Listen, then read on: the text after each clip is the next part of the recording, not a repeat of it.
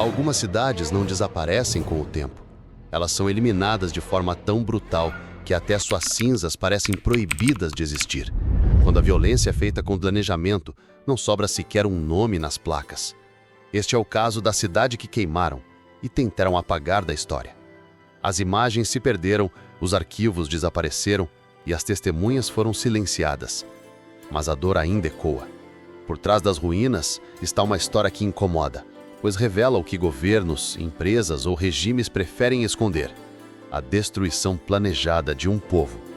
Como disse certa vez George Orwell, a história é escrita pelos vencedores, mas aqui tentaremos contar o que eles queimaram. Era um vilarejo pequeno, mas cheio de vida.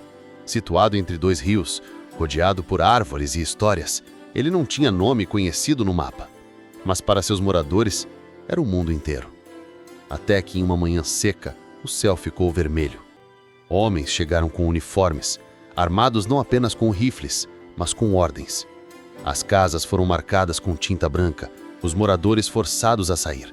Nenhuma explicação, nenhuma negociação. Só gritos e silêncio forçado.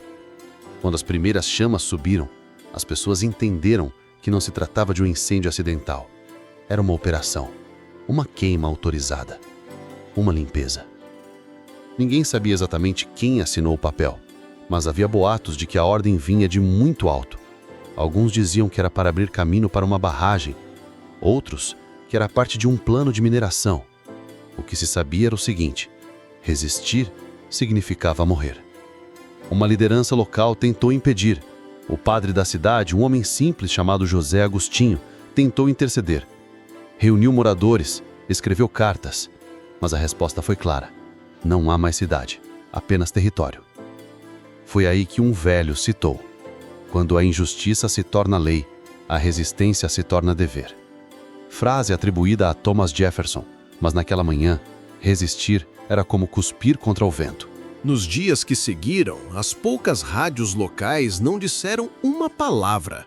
A televisão preferiu falar sobre o tempo e os jornais regionais publicaram notas curtas, frias, dizendo que uma região foi desocupada por razões de segurança. Houve quem tentasse filmar.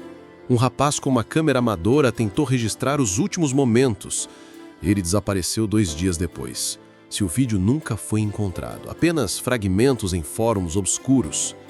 Como dizia Malcolm X, a mídia é o instrumento mais poderoso da Terra. Ela pode fazer o culpado parecer inocente e o inocente parecer culpado. E aqui, ela fez algo ainda pior, fez o inexistente parecer real. Os que escaparam falaram baixo durante anos. Alguns mudaram de nome. Outros fingiram que nada havia acontecido. Mas os mais velhos guardaram tudo, em forma de cartas escondidas, orações sofridas e cicatrizes que não eram visíveis.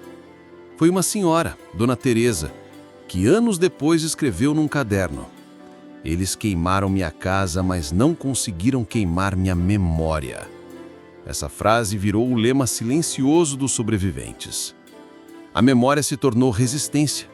E mesmo sem justiça, a verdade começa a voltar quando alguém se atreve a escutar.